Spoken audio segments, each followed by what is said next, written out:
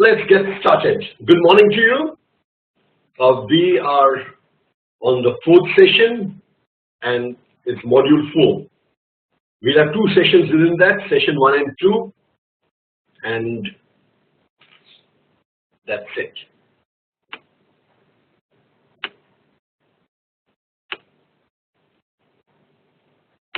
Let us indulge a little bit, and I'm going to take you for a tour of your eLearn page once again. A very important part of learning here is your access to eLearn. Once you access eLearn, you have to go to My Courses, and My Courses, you've got 2 instances of software architecture. One is called Courseware, and the other is the course by its name, S18 ZG653. Now, let me open up both of these and let's take a look together, because if you have not seen it yet, it may be a little late. Let me see, Courseware software architecture. So I'm going to share my desktop with you so that you can take a look at what I'm seeing. Now I get to see it slightly differently from you. So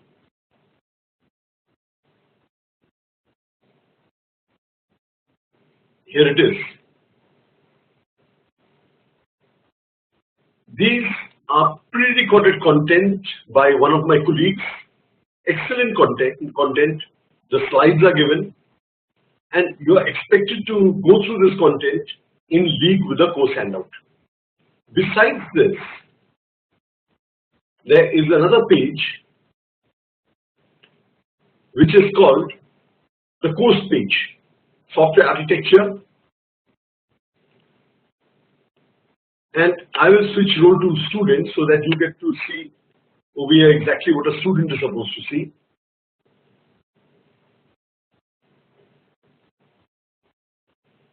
So here it shows you quiz 1, September 10th to September 20th. So this is the first thing that happens even before the midterm test. There's nothing like a course for a quiz, because you've got 10 days, you've got the internet.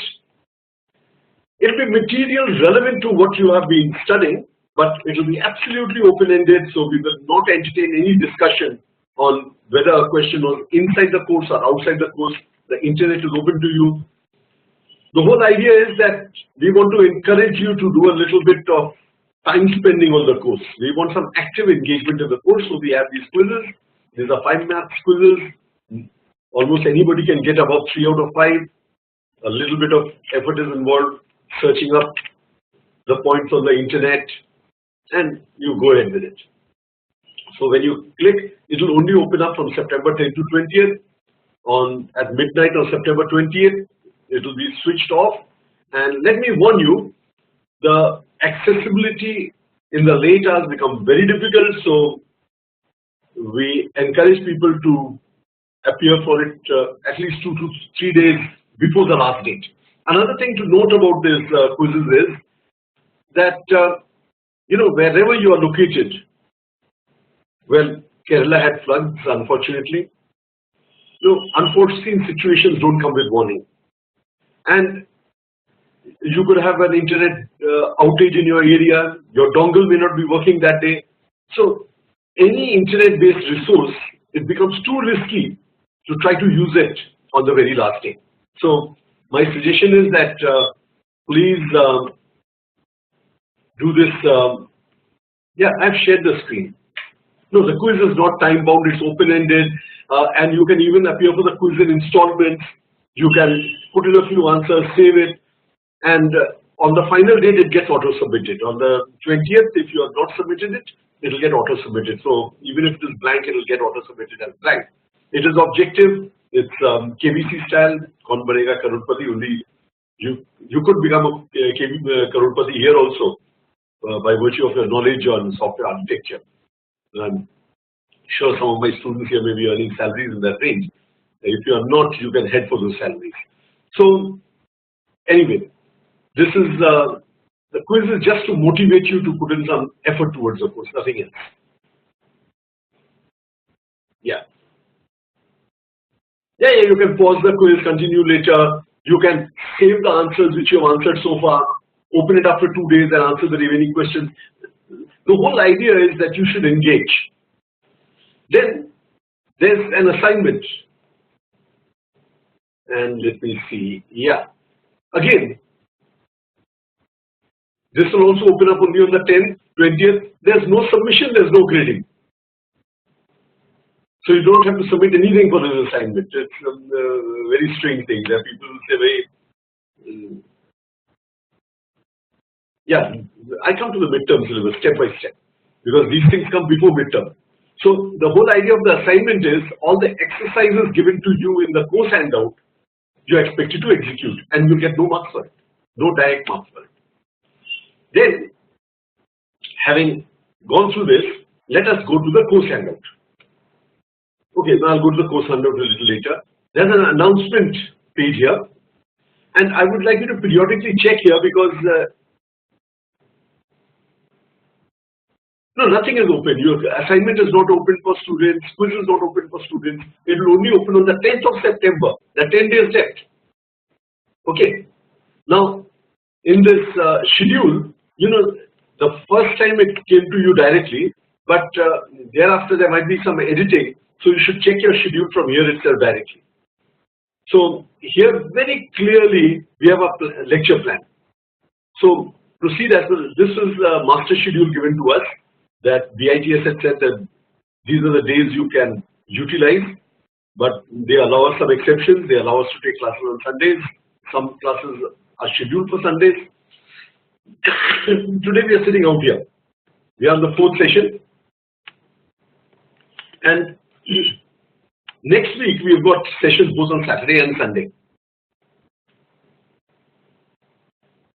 Okay, somebody asked the question here, can we apply for makeup exam? Is there any difference in the examination paper in regular and makeup? Any points for guessing? I'm sure you don't even remotely imagine that you'll get the same question paper in the makeup. So I would like to answer this question. Obviously the paper is different, and very often the faculty takes into account that the person would have seen the regular paper, so it will definitely be nothing like the regular paper. And the chances are, on an average, I've been an ex-student of BITS and been involved for many years, the degree of difficulty is a wee bit tougher in the makeup.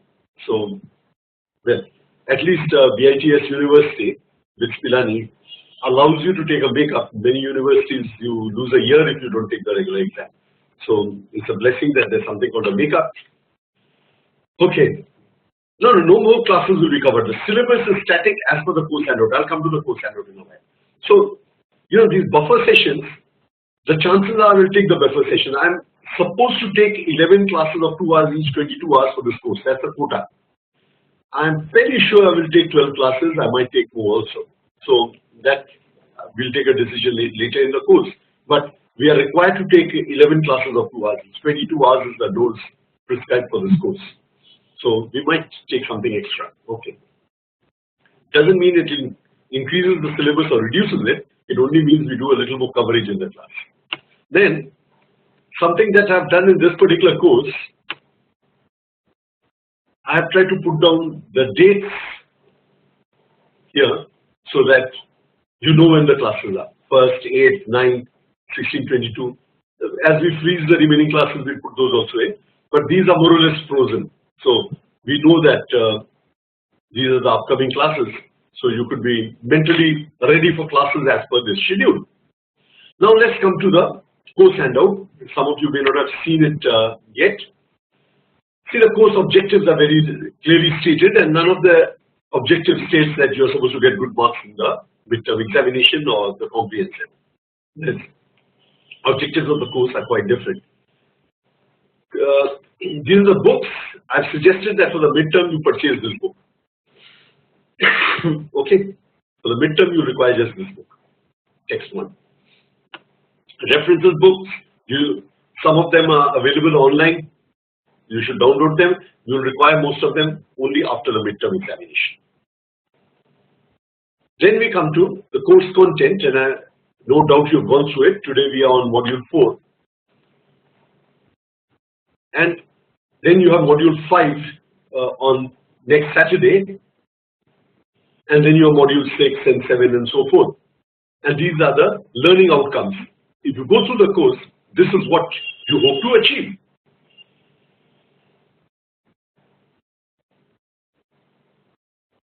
Okay, somebody says sequence of recorded lectures and handout is different from pre-recorded lectures. You go as per the handout. Whatever the handout says, you take the lectures as per that, because this has been prepared by the course author, and the examination questions will be set as per this prescription. So we go absolutely as per this. And in this particular course, there will be no deviation from the course handout.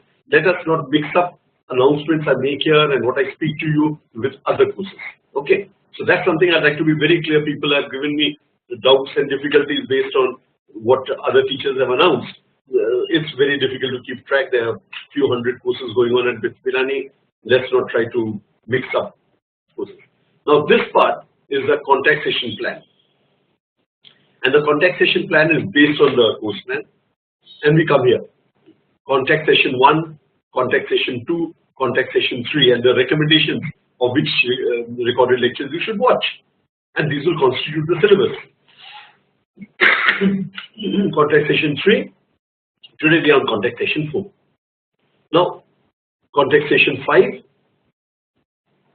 contact session 6, 7, 8, 9, 10. So that 10 scheduled contact sessions, and we may have additional contact sessions. We'll be having review sessions and things like that.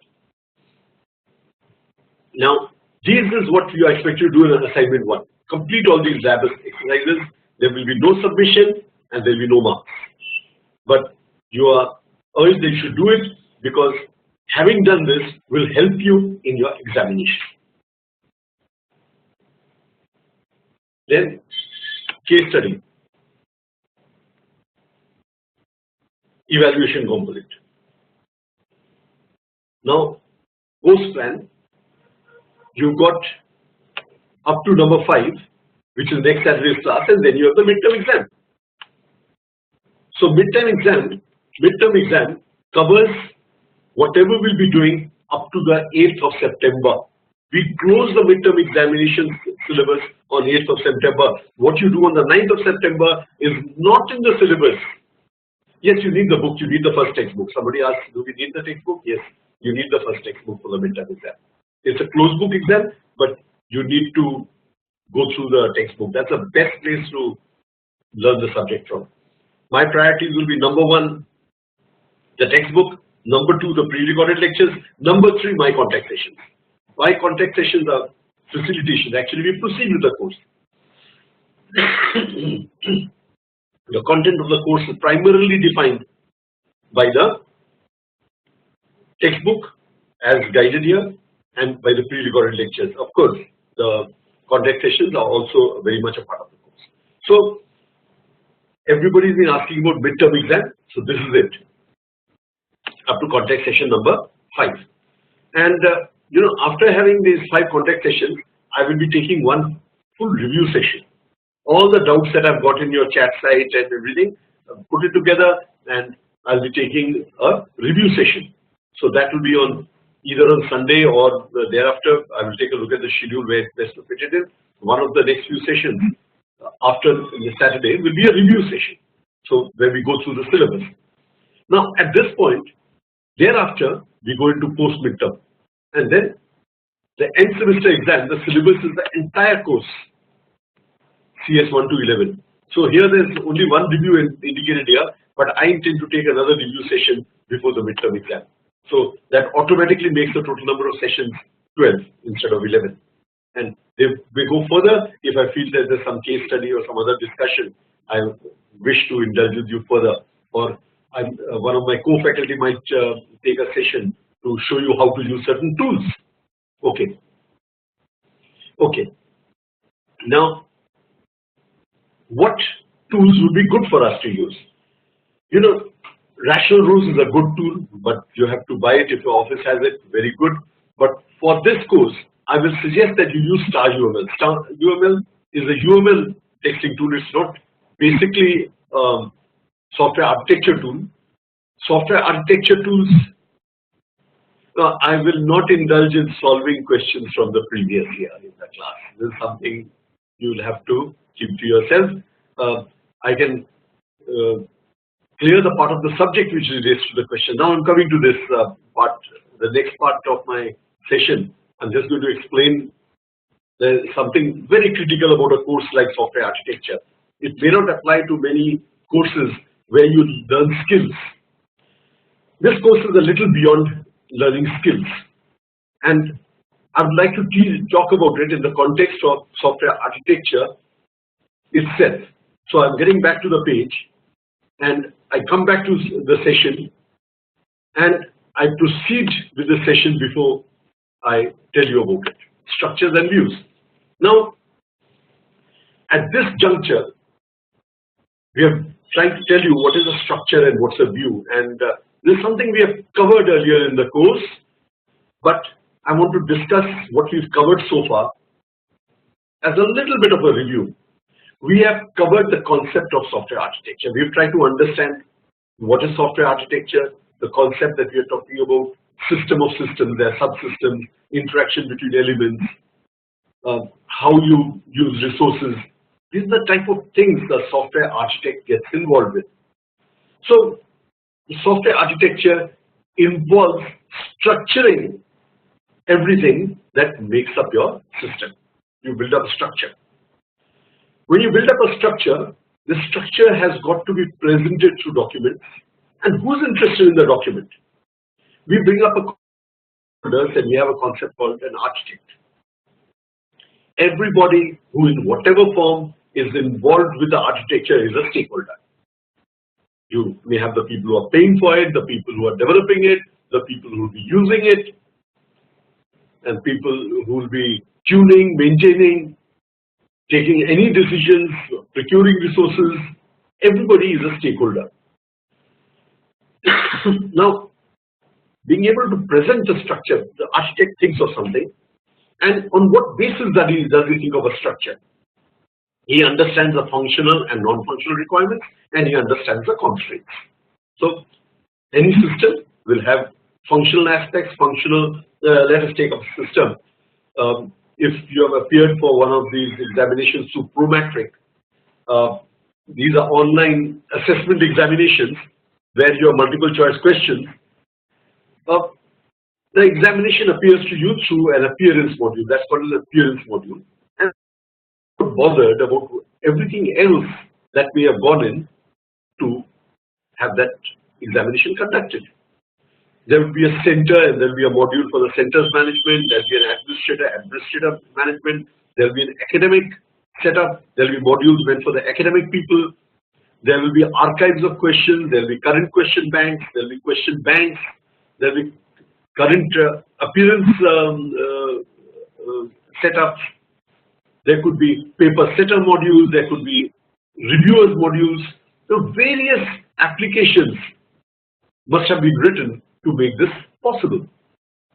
Now, when all these are made possible, they are deployed on various hardware. There are various communication channels between these aspects. There's shared data storage, and some people find that I end up going a bit fast. It's become a habit. I'm sorry for going a little fast, but I hope I'm clearly hearable. That's important. You should be able to follow my words. I do go a bit fast. I'll try to pace myself down. Okay, yeah. Now what happens is, this is very similar to our course itself, and I want to bring out the similarity. Our course has got a functional aspect. Functional aspect is that there's a syllabus, there are examinations, there are marks. And a student is judged by the marks, very much as that examination is judged as to whether the questions appear on the screen or not. What are the questions? The person answers the questions, which buttons are there. That's functional. Unfortunately,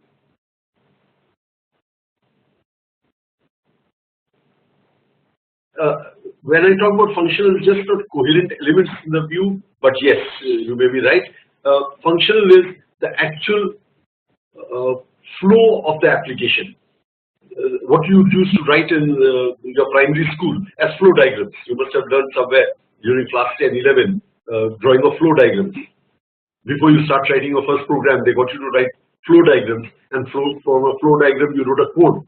So basically, the logical flow of your application is what we talk about functionals, which is since you have progressed significantly by now in the object-oriented analysis course, what you'll put down in your use case text.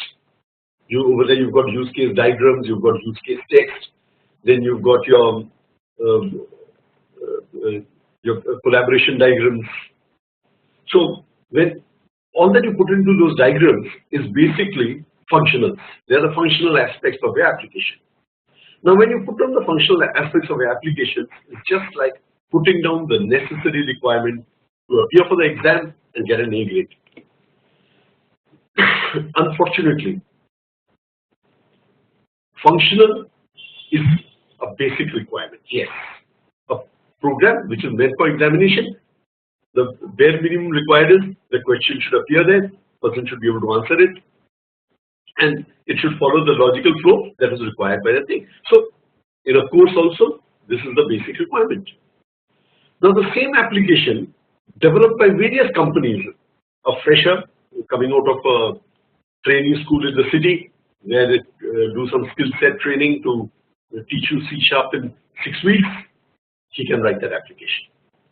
There's an engineer who has gone to one of the top engineering colleges in the country, maybe somewhere in Bangalore, Pune, Hyderabad, or one of the NITs or IITs or BITS or whatever it is. He also writes the code. The companies which you work for, they also write this code. Could be TCS, could be Wipro, CTS, Microsoft, Cisco, anybody, the works. Everybody writes a course. But when you write this code, the cost changes, the number of team members change. Then what changes? What changes is the architecture. What changes is the quality attributes, availability, performance, scalability, usability, maintainability, testability, the works. All these things change. And to make this change, there are superpower brains, people with years of experience putting in the knowledge and deciding where to deploy the data, what type of security infrastructure to have, what type of communication for the question papers, how will question banks be maintained. The works. It's a lot of work. And it's got nothing to do with the functionals. Functionals are the same. So with software architecture. So with this course. Unfortunately, it is very difficult to evaluate your architectural skills just in a 2 or 3 hours examination. There are students who come to me and you talk about something very basic about a subject. They say, sir, I'm not aware of it. I said, how come? It was in your course. They said, sir, doesn't carry too many marks. And most people will not be able to answer, so we don't study. The problem is all these are the items which carry the maximum marks in the working field. So when you approach something from an examination point, very good, it's necessary. These are functionals. This is what you are in the course for. But the non-functionals are that you've got to develop yourself as an architect. And most of the requirement, the hard work which you have to put in goes beyond getting marks. Sometimes you may not get a few marks. For example, there could be some small functional error in a program, which will get corrected. There will be a feedback given and there will be a fix put in. But if there's a performance issue, if there's an availability issue, there's a security issue, you're not going to be just able to plug it. This is something the architect had to think of. You have to set up an infrastructure accordingly. And that is what I talk about even in this course. So my suggestion to you, my dear friends, is this course, software architecture, definitely is a major building block in your career, is going to take you places. So number one, please definitely read the textbook from cover to cover, whether in the course or not in the course, read it. Look at all the diagrams, sketch them on your own. These lectures which are available, you can see them on your mobile. Nowadays, data is not very expensive in most parts of the country. The application called Moodle, M-O-O-D-L-E, I'm just typing down the spelling, M-O-O-D-L-E. I am sure BITS Pilani in some orientation has told you about it. You can download it on your mobile, whether it's an iPhone or an Android. I'm not sure about Windows, I've not tried it, but this can be downloaded. You give your user ID, password, and your URL for the site, the Taxila site, and you can view all these videos on your mobile.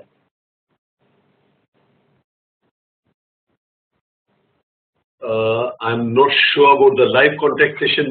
Yeah, live contact. Yes, WebEx. Yes, WebEx is available. This live contact session, you can definitely watch it on your mobile. Yes. For that, you have to download WebEx. Using WebEx, but WebEx for mobile is available.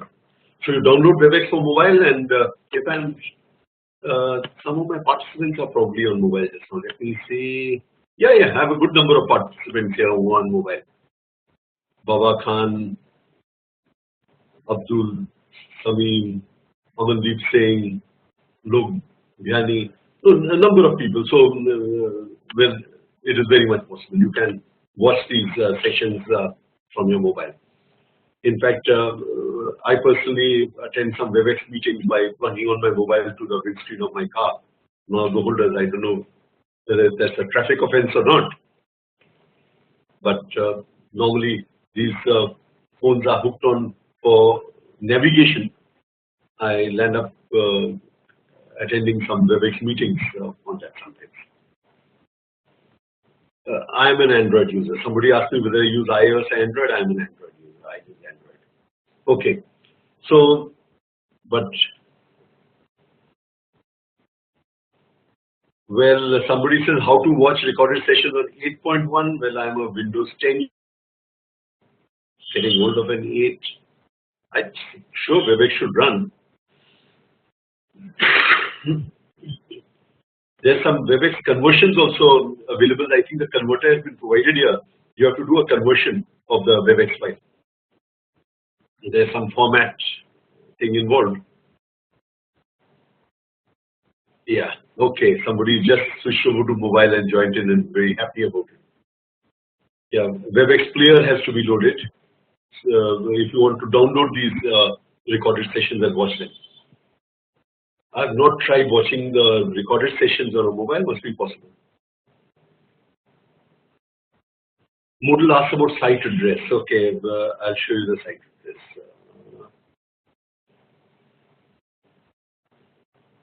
Okay, let me take you to my desktop where you can see the site address.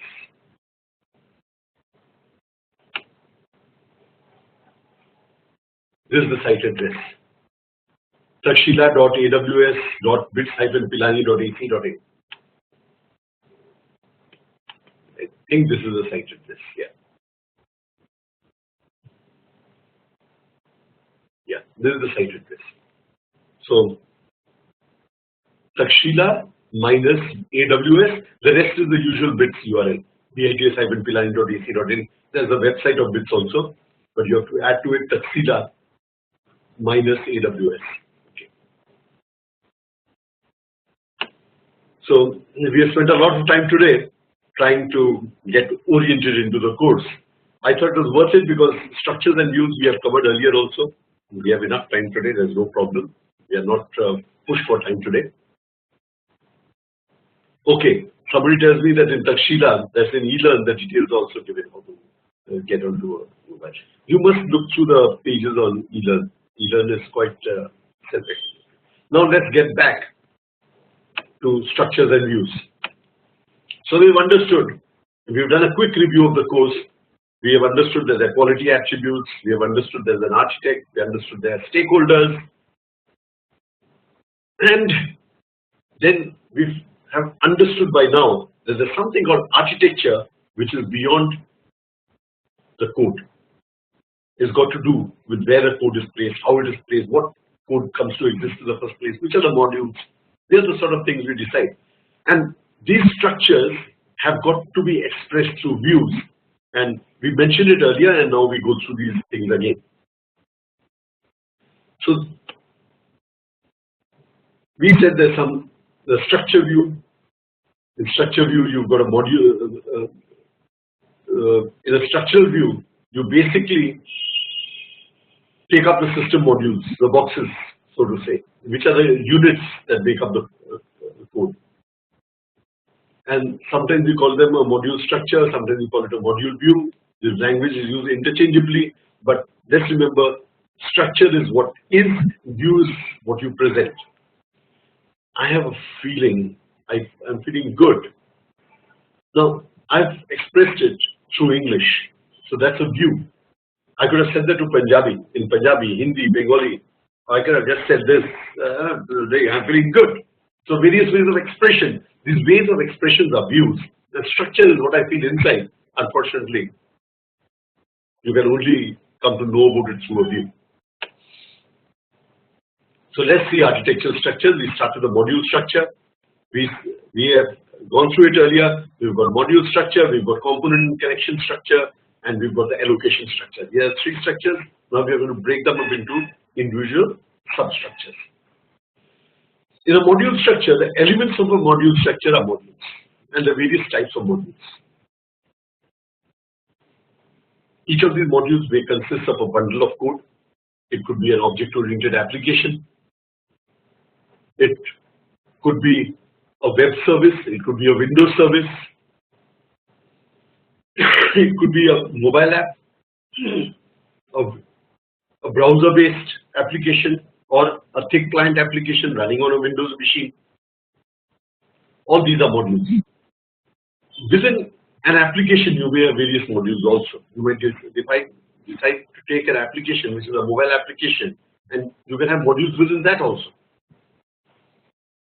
Now, each module will have a set of correlated functional responsibilities. See, we always try to have a separation of concern. That is a very fundamental design consideration for any software architect or any analyst or designer. We try to separate concerns. So one thing, do one job. If you have a driver, his job should be drive a car. Cook should cook. That is the way we like to do it in application design. And each of these, we call it a module. So the functional responsibility of a module should be clear. What software elements it contains should be clear. Its relationship with other components should also be clear, like it's interacting with other software modules or non-software modules, hardware modules also. Then there's a concept which you have learned in object-oriented programming called generalization specialization. And I will express generalization specialization through math. Here, I'm just going to type. I'm typing up here xy plus xz. When I typed xy plus xz, and if you are not getting it, I think it's Control Shift Y. Now these are two modules.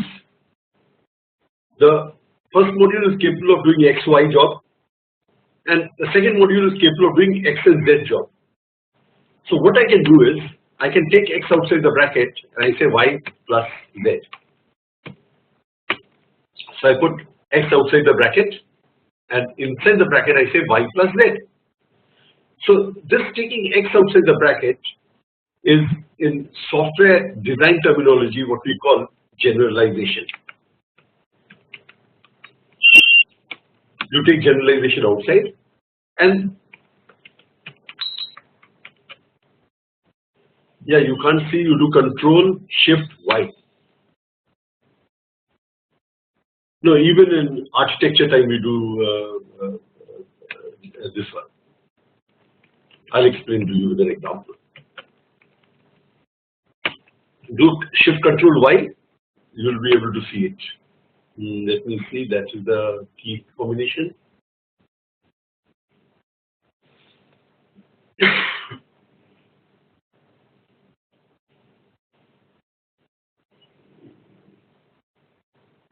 Yeah, Control Shift Y. If you press Control Shift and Y, it'll get refreshed. Yeah, now people are telling me that they are being able to see it. So now let's take a hardware module that you want to read data from a database, and you've got a number of applications which need to read data from a database. So in each application, you could have the component required for reading data from database, or you could develop that as a service, accessing data from database, the various types of access required, make a list, write a service module, deploy it on a server, that becomes generalization. Now all applications are expected to go to that generalized module and pick up the data from the database. So here's an example of module structure in software architecture. This is not in design. The architect took a decision that we will deploy it like this. We will have a service layer. The functionality of the service will be only to access data from database. We'll deploy it on a server and make it available, maybe from multiple databases, however it does it. So anything which is common between various modules, you will generalize. Going a little outside software, say you've got a stereo system, and you've got a television, you've got stereo, you've got a CD player. Each one could have its own speakers, but then that will be cluttering of too many speakers. So you have one set of speakers, and you have a box which an aggregator, a multiplexer, which receives inputs from all of them and feeds it, or you may have a common amplifier itself. So the amplifier can take inputs from all the units and push it into the speaker. So that's a generalization. Anything that is common shifted into a separate module, a unit, is called generalization. And then obviously a CD player cannot read a tape, it cannot read a pen drive. So you'll have to have a point for reading a pen drive. You may have different file formats, you might have to write separate applications for each of them. So that would be specialization. So the generalization module is the reusable module, you reuse it. In class structure also you've got specialization, generalization. See, the theories are the same. Object-oriented design theories which you learn in object-oriented design are 100% applicable in software architecture. So the thing is, the working is at a different level. In design, you're mostly working on the functional, on the code, whereas in architecture, you work on structures of structures. But all your analysis artifacts which you use in object-oriented analysis and design do get used in software architecture. Only in this course, I'm not duplicating the study. In many universities, you will study all the artifacts of UML under software architecture again.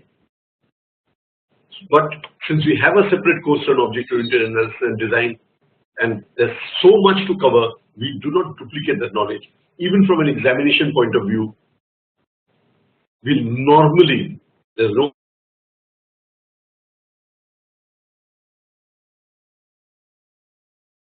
but definitely I lead that panel. We will normally not give an extreme question on the design artifacts. That means on use case text, or but a little bit of involvement does come in. Okay, so then let's move forward. We have components and connectors. Components and connectors have got to do more with runtime. Boxes, the same boxes could be, which are there in the module structure. They become available now at runtime. Okay, I'm just going to take a small break now. I'll continue exactly where I'm leaving on this now.